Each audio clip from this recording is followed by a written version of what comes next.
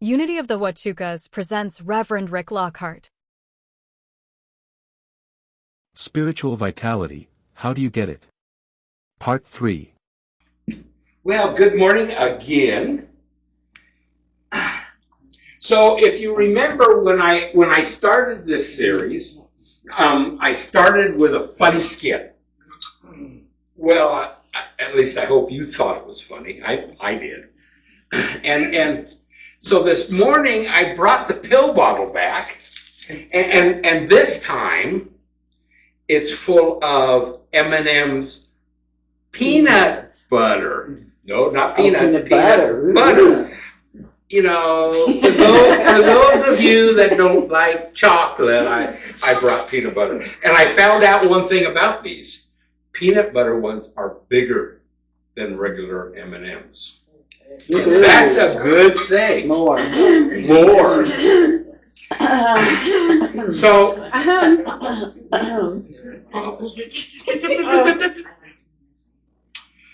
but we all know we can't take a pill or drink a drink to become more spiritual. I know we live in a time where all we got to do is take our cell phone and we can get something pretty quickly from Amazon or wherever. Or we can go on our computer and do that. And that's absolutely wonderful. But spiritual vitality is not one of those things. You can't order it offline. You can't take a pill and get more spiritual. So, this morning, I'm going to pass these around, and it's just a snack. You can eat them all. Well, don't eat them all. But you're not going to be more spiritual. But you will have a snack. So, Yay. you know, and that's important. That's important. So, let's get back to our study of spiritual vitality. Where do you get it? Hopefully you all got a piece of paper this morning with our text on it. Our text is 2 Peter 1 through 5, and I passed these out to begin with at the beginning of this series. And the reason I passed them out again is because I want them gone. If you don't read it, fold it up, put it in your pocket, because our office administrator will yell at me if we don't get rid of them, because loudly, her and Sherry, they'll say, "Hey, you've wasted all this paper and all this ink. So please make sure they're gone." I'm not the boss. I'm just bossy. Just bossy. Amen. I don't know if I should have amen that or not. So, 2 Peter, starting at verse 5, it says, "Make every effort to add to your faith goodness, and to goodness knowledge, and to knowledge self-control, and to self-control perseverance, and to perseverance godliness, and to godliness mutual affection, and to mutual affection love." So, there's our stair step that we've been using. And as you can see, we left off with perseverance. But the only way we're going to be able to make it clear to the top is by starting with faith. Everything is built on faith.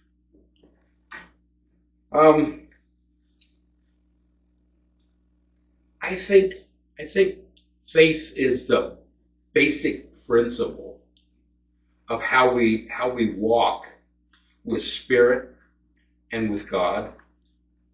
Because if we don't have that faith, what do we have to build on? No foundation. So our next step is godliness. And you know, there are times that we don't feel very godly. At least I don't. And there are times that I react out of the flesh. Like if I'm driving down the road and somebody cuts me off. I have to admit, I act out of the flesh. The former me comes out. Before I let God into my life and that foundation of faith that is our stair steps. Now, how do I make myself more godly? How do you make yourself more godly? Do I do more work around the church? Do I volunteer more? Do I take more tags off the giving tree to pick up stuff that the church needs? Do I bring more boxes of food or canned goods for the giving, for the pantry box? Is that how we become godly? By doing these things? No. None of these things are going to make you more godly. Although they're important things to do, don't get me wrong. It's important that you volunteer and you bring food in. But godliness is not received. We don't become more godly by giving or by doing things. So how do I become more godly? Anybody? You can't. You cannot become more godly on your own. But how many of you here, and you can raise your hand, how many of you have spirit in you? Oh, yeah. Right in there. Everybody. Only spirit can make you more godly. And godliness will be seen by others. The revealing word says, God's... One more. There we go. God's principles in action. God-centered in, to have the attention focused on spiritual ideas and ideals. God implemented. This refers to all providing and indwelling presence of God.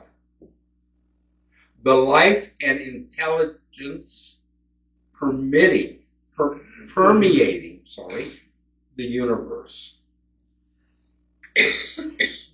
Jesus lovingly revealed that the Father is within man, forever resides in the invisible side of man's nature.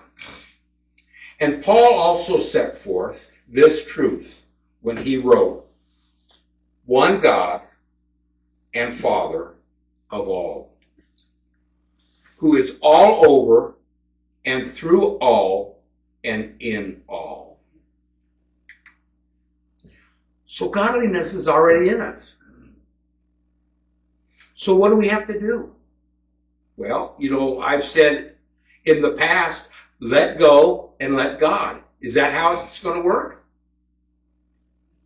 No. I see some heads going like this, but it's no. Sorry.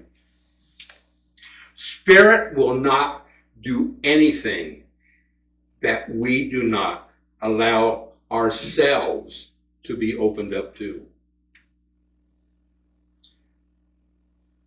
Satchel Paige was a baseball player, a very famous baseball player. And he had this quote, "Don't look back. Something might be gaining on you." Now that's a quote to encourage us to focus on the future rather than dwell in the past. And I think it's so good to keep our eye on the prize that's ahead of you. But I also think that it's good to turn around and look back to see where God has brought you from in your past.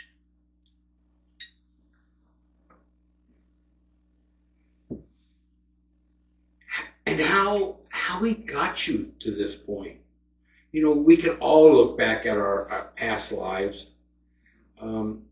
and realize that we're not in the same spot we were 20, 30, however many years ago. We're in a different place. And is it because you did so many things? Is it because you gave that extra $5 in the offering basket? Was it because you pulled an extra piece of paper off the giving tree and it said buy a package of paper towels and you thought, I'm going to buy 2. That'll get me some extra points? Or is it because you went to God and you prayed and you talked to Him and you said, Spirit, have your way. Have your way in my life. You have my permission to change me in the ways that you want to change me. You know, it's that personal time, that intimate relationship that we have with God, that Spirit will do the work that'll make you more godly and give you more godliness. And it's not until you give Spirit your permission that He will change you from the inside. And you know, you might not see the change, but other people will. Maybe people that you used to work with. They think they know how you're going to react to a particular thing. And when you don't, they'll see that change. And that change came from the Spirit. You can look back, though, and see, like I said, you can look back and see where you came from and how you would have reacted. But you didn't. You didn't react in the way that you used to. It's yielding to His plan, to His purpose, in His timing, and in His goodness. You know, God never changes somebody that doesn't want to be changed. So are you willing to change? Are you willing to say, Spirit, change in me what needs to be changed so that I be a more godly person and people can see that godliness in me? The next verse says, add to godliness brotherly affection. I'm going to share something with you guys this morning that I haven't even shared with my wife. I am so blessed, truly blessed, to be up here almost every Sunday to start the service. No matter who's giving the message, I get to start. And before the service begins, I get to look out and see you guys all talking together, laughing together, sharing the good things that are going on in your lives, and sharing the not so good things that are going on in your lives. People praying together, encouraging each other. Last Sunday was the perfect example of that. We had a member that needed prayer. Things happened in their lives. And you guys got up and you ministered to her. You encouraged her. And that's what we're supposed to do.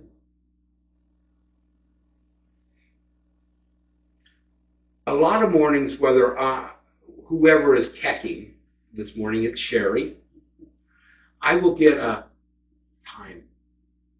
Start, it's time to start. Sometimes I'll just stand here and hesitate because you guys are ministering to each other. And that's what brotherly affection is ministering, encouraging each other.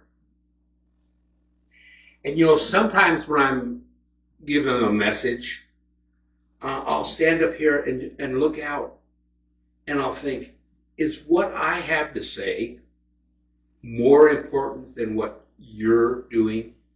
You're ministering to each other? And let me tell you, that's the most important thing, is that we minister to one another.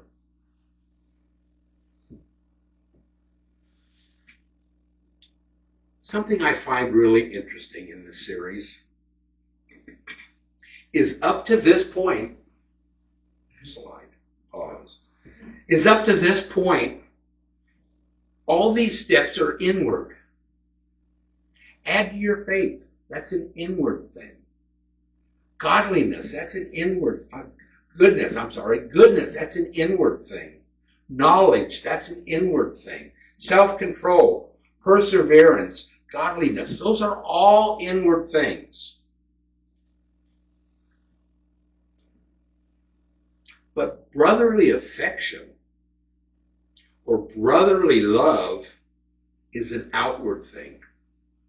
It's something that we give out to other people, whether it's here at church or out in the world.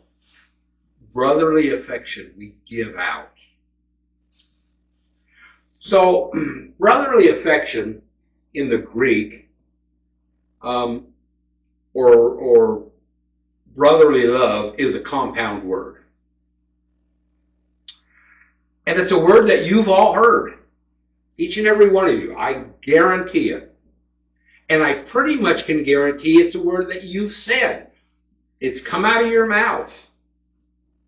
And it's Philadelphia. Philadelphia. We know it as a city in Pennsylvania, the city of brotherly love. Ironically, Philadelphia is listed as the 8th most crime-ridden cities in America. But they've got the name. They got that part down. Brotherly affection or brotherly love here in 2 Peter is, as I said, is a compound word. And the first part of that word is philos. What happened? You got it. Oh, I got it. Philos. And that means affection or love. And the second part of this word is aphodesia. Yeah, that's it. Meaning brother. Meaning brother. And I'm sure that when Peter spoke this and wrote it down, it caught a lot of people off guard back in the day. Because Philadelphia is used for direct relations. Brothers and sisters, blood brothers and sisters. But Peter is using it here in a way that he's talking to the church. He's talking to you and me. And the reason we know this is because in the book of Acts, the 2nd chapter, which was written by the Apostle Paul, it uses the same word. And this is what it says. They devoted themselves to the apostles' teaching and to fellowship and to the breaking of bread and prayer. They devoted themselves. That's important. They devoted themselves. That's a sign of brotherly affection. Devoted themselves comes from the root word that we used here. And like I said, that was for brothers and sisters that share the same blood as you do. But Peter is saying, this is to you, the church. You are my family. If there is a need in the church, in here, we step up.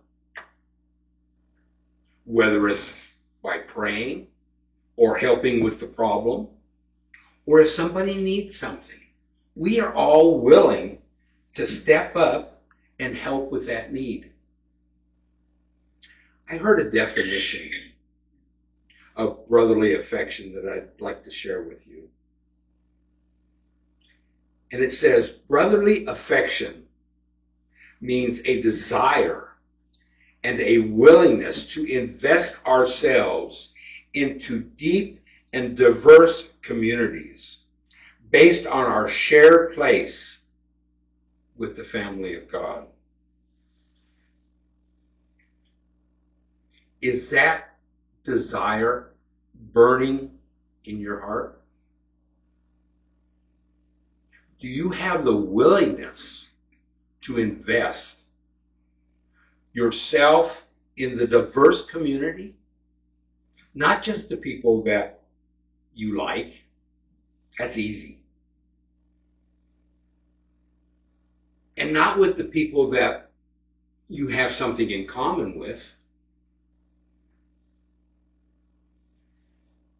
but the church down the street.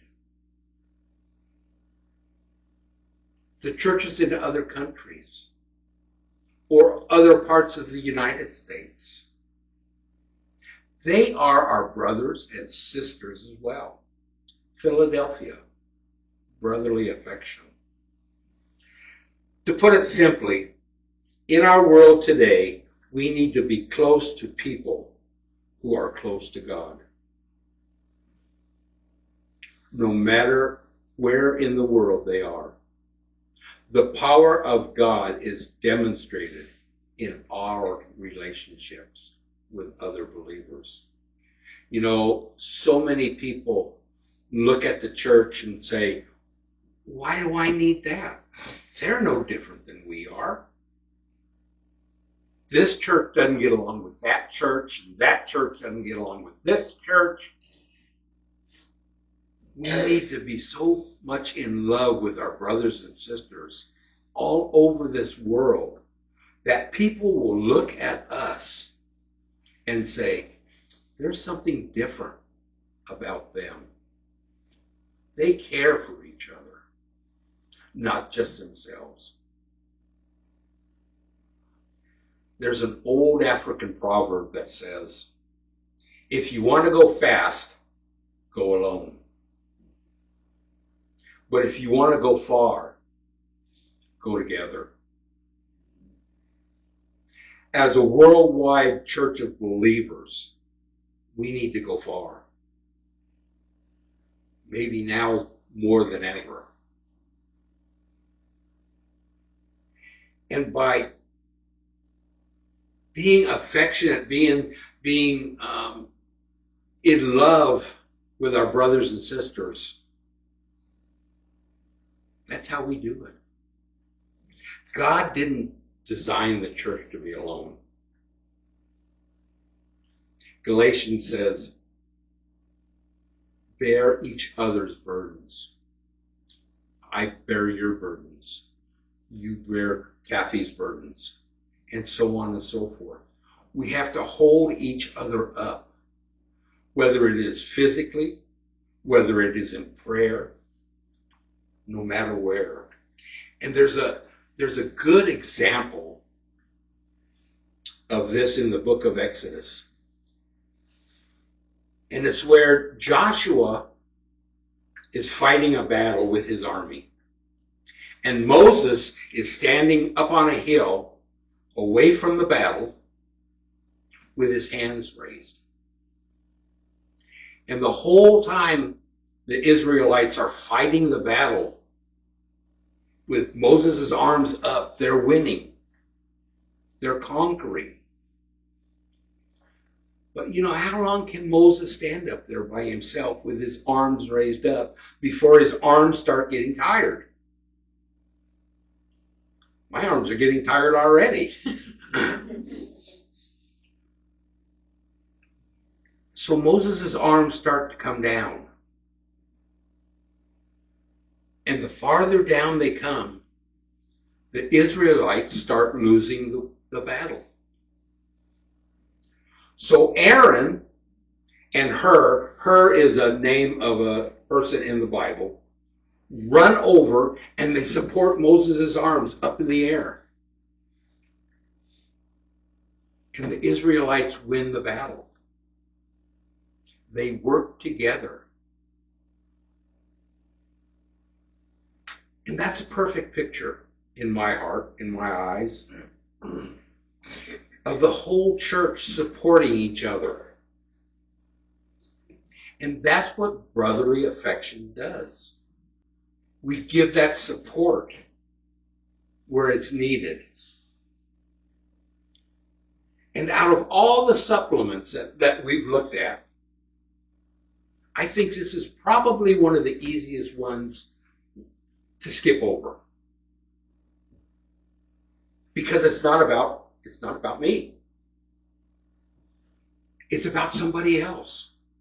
And it's so easy at times to bypass something if it doesn't affect you. It's about our brothers and sisters who are in need. And I think it would be, skipping brotherly affection, I think it would be like baking a cake. I like cake. You guys know that. And we left out putting the flour in the cake batter. Yeah. Yuck.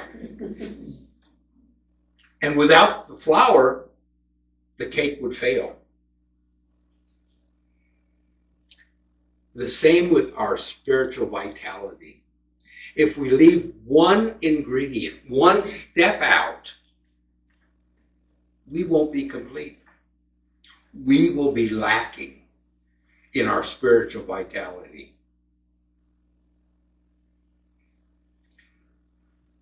So build on our faith, on that foundation, with every one of the 7 of the stair steps. Every one. Uh-oh. I've only got 6 there. What happened? There's 7. What? Oh no, I'm on my message. Look, the next page is blank. Sherry, what do we do? How do we mess this up? We. I'm not going down to the ship alone. Honestly. I have some good news for you. And I have some maybe not so good news for you. The not so good news is there's actually going to be another part. There is going to be part 4 of our journey of these stair steps. And that's love.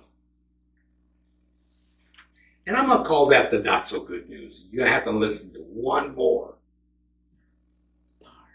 The good news is Reverend Gail will be speaking next Sunday. And he will be speaking on love, the last of the stair steps. And he's going to wrap this whole series up so that we all have the stair steps to follow, to build up and supplement our spiritual vitality. I hope you guys enjoyed this series and my M&Ms as much as I have. Yeah, please pass them around again. It's been a true blessing for me anyhow, and I hope it has for you. And I know Reverend Gill will wrap this thing up in such a wonderful way that'll put it all together. Again, I hope you enjoyed the series. May God bless you the rest of this day and your entire week. Thank you.